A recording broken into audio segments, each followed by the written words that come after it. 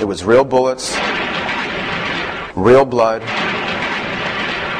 real suspects, real police, real civilians in harm's way. And it was unfolding in front of them live on television. The police engaged in a furious shootout in the streets. On February 28, 1997, 2 armed suspects entered the Bank of America on Laurel Canyon Boulevard in North Hollywood, which is a suburb within the city of Los Angeles, with the intent to commit bank robbery.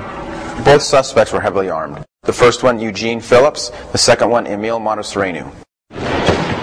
Eugene Phillips exited the bank first. Phillips is firing at a 180-degree angle at all the responding officers who are now pouring bullets into him as well.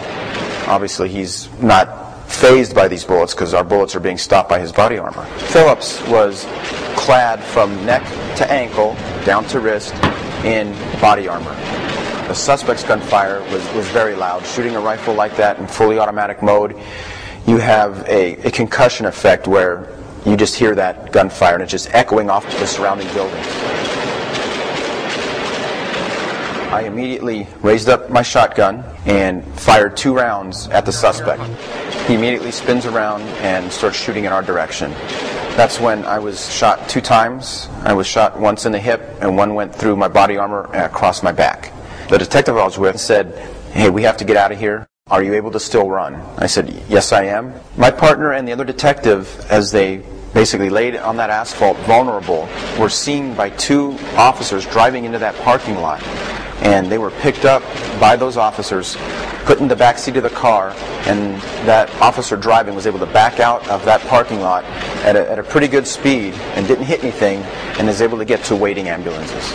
Eventually, the second suspect, Montesrenu, exits the bank. He gets into his vehicle, and as he drives out of that parking lot, Phillips, using it as cover, stands near the roof and continues to shoot at officers.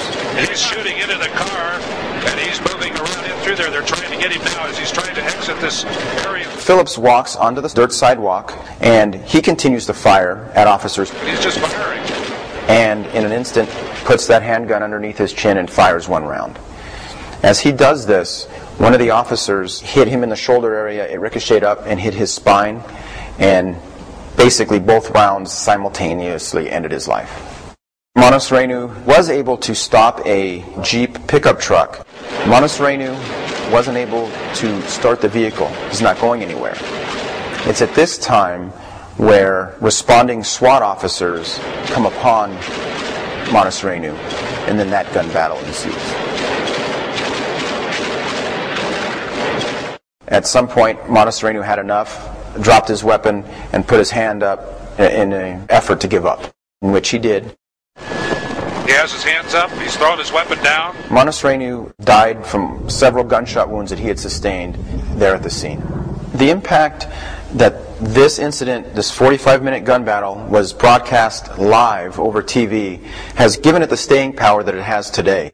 Talking to police officers and civilians that weren't there that day believed that they were watching a movie. They couldn't believe they were watching television. This man is very, very dangerous, so they're not going to take any chances with him whatsoever.